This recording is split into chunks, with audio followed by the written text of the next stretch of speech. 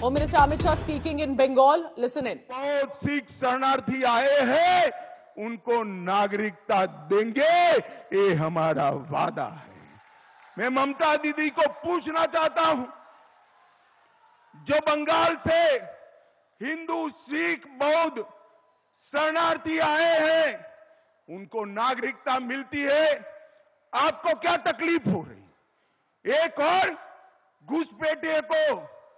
घुसपैठियों को लाल जाजम बिठाकर स्वागत करती हो, रोहिंग्या का स्वागत करती हो, और दूसरी ओर जो हिंदू, बौद्ध, सिख शरणार्थी आए हैं, उनको गुमराह कर रही हो। दीदी, आपकी दाल नहीं गलने वाली है। मोदी जी ने रूल्स नोटिफाई कर दिए हैं, बंगाल के सारे शरणार्थी भय मुक्त होकर अप्लाई करें। आपका इस देश पर इतना ही अधिकार है जितना मेरा है, आपका अधिकार इतना ही। सभी लोगों ने अप्लाई करना चाहिए। भाई और बहनों, तुष्टीकरण की सीमा करने वाली ये पार्टी कुछ नहीं कर सकती। अभी मैं आज आपको बताने आया हूं, एक बम ब्लास्ट हुआ था 22 में भूपति नगर में, 3 लोग मारे गए।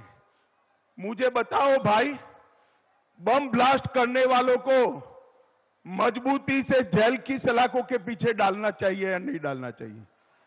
जरा जोर से बताओ, डालना चाहिए या नहीं डालना चाहिए? इसकी जांच हाई कोर्ट ने एनआईए को दी और ममता दीदी एनआईए पर केस रजिस्टर कर बम ब्लास्ट करने वालों को बचाना चाहती है।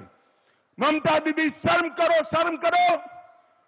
आप बम ब्लास्ट के आरोपियों को बचाना चाहती हो। आप चिंता मत करिए बंगाल वालों, हाई कोर्ट ने एनआईए को जांच दी है, सबको उल्टा लटका कर सीधा कर दिया जाएगा। आप चिंता मत करिए। ये बंगाल में एक जमाने में रविंद्र संगीत गूंजा करता था, अब बंगाल में बम धमाकों की गूंज गूंजाई देती है। बंगाल में एक भी इंडस्ट्री नहीं आती, विकास नहीं होता है। पूरा देश विकसित रास्ते पर आगे बढ़ गया, हमारा बंगाल पिछड़ता जा रहा है। समय आ गया है ये टीएमसी के कटमनी वालों को जगह दिखाने का।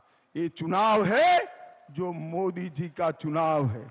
मोदी जी को तीसरी बार प्रधानमंत्री बनाने का चुनाव है। और मित्रों, मैं अंत में इतना कहना चाहता हूं, ममता दीदी, आप तो महिला मुख्यमंत्री हो। एक बात मैं आपको पूछना चाहता हूं, संदेश खाली जैसी शर्मनाक घटना में भी आप पॉलिटिक्स कर रही हो। सालों तक आपके नाक के नीचे महिलाओं पर अत्याचार होता रहा। तृणमूल कांग्रेस के गुंडे अत्याचार करते रहे। जब इसको पकड़ने गए, ईडी पर पथराव किया, जब हाई कोर्ट ने कहा तब सरेंडर किया। मैं आज ममता दीदी को पूछना चाहता हूं, कुछ तुष्टीकरण कर वोट लेने के लिए संदेश खाली के गुनहगारों को लिए आप बचा रही हो, मगर पूरे बंगाल की माताएं बहनें ये देख रही है, जान गई है कि आप संदेश खाली के गुनहगारों के साथ। माताओं बहनों, मुझे बताओ, संदेश खाली के गुनहगारों को जो बचाते हैं, इनको कभी वोट देना चाहिए क्या? जोर से बोलो, देना चाहिए? कौन बचा रहा है संदेश खाली के गुनहगारों को? जोर से बोलो, कौन बचा रहा है? तृणमूल कांग्रेस को जिताने का मतलब है संदेश खाली की तरह अत्याचार करने की छूट देना, और मोदी जी को जिताने का मतलब है सोनार बांग्ला की रचना करना। हमारे सुकांतु मजमूदार जी और खगेन जी, आगे आओ। हमारे सुकांतु मजमूदार जी और खगेन जी दोनों यहां से प्रत्याशी है। मुझे बताइए, प्रचंड बहुमत से इनको जिताएंगे क्या? जोर से बोलो, जिताएंगे। यहां आया हुआ हर व्यक्ति 5 वोट कमल पर डलवाएगा। मैं माताओं बहनों को कहने आया हूं, आपका चुनाव है, संदेश खाली वालों को दंड देने का चुनाव है। आप कमल के निशान पर बटन दबाएंगे क्या? बटन तो जरूर दबाना, मगर इतने जोर से गुस्से से दबाना कि बटन बेलूर घाट में दबे और करंट कलकत्ते में ममता दीदी को लगे। आप जिताएंगे क्या? 26 तारीख को भारी मतदान करेंगे क्या? कमल के निशान पर बटन दबाएंगे? मोदी जी को तीसरी बार प्रधानमंत्री बनाएंगे?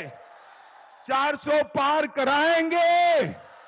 तो मेरे साथ दोनों हाथ उठाइए, विजय के विश्वास की मुट्ठी भींचिए और प्रचंड आवाज से बोलिए, भारत माता की, भारत माता की, वंदे वंदे, जय श्री राम, जय जय Shri Ram.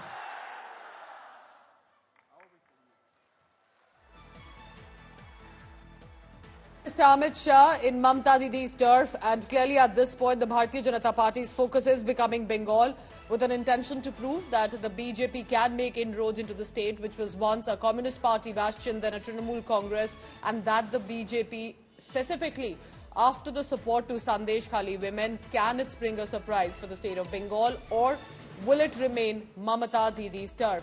Right now, and very interestingly, wrapping up the rally with Jai Shri Ram sloganeering in Bengal. That's another messaging, remember, being sent out by Home Minister Amit Shah. And apart from that, also stating to not worry to the people who are suffering in Bengal, that the BJP knows them and will take care of them, Home Minister says.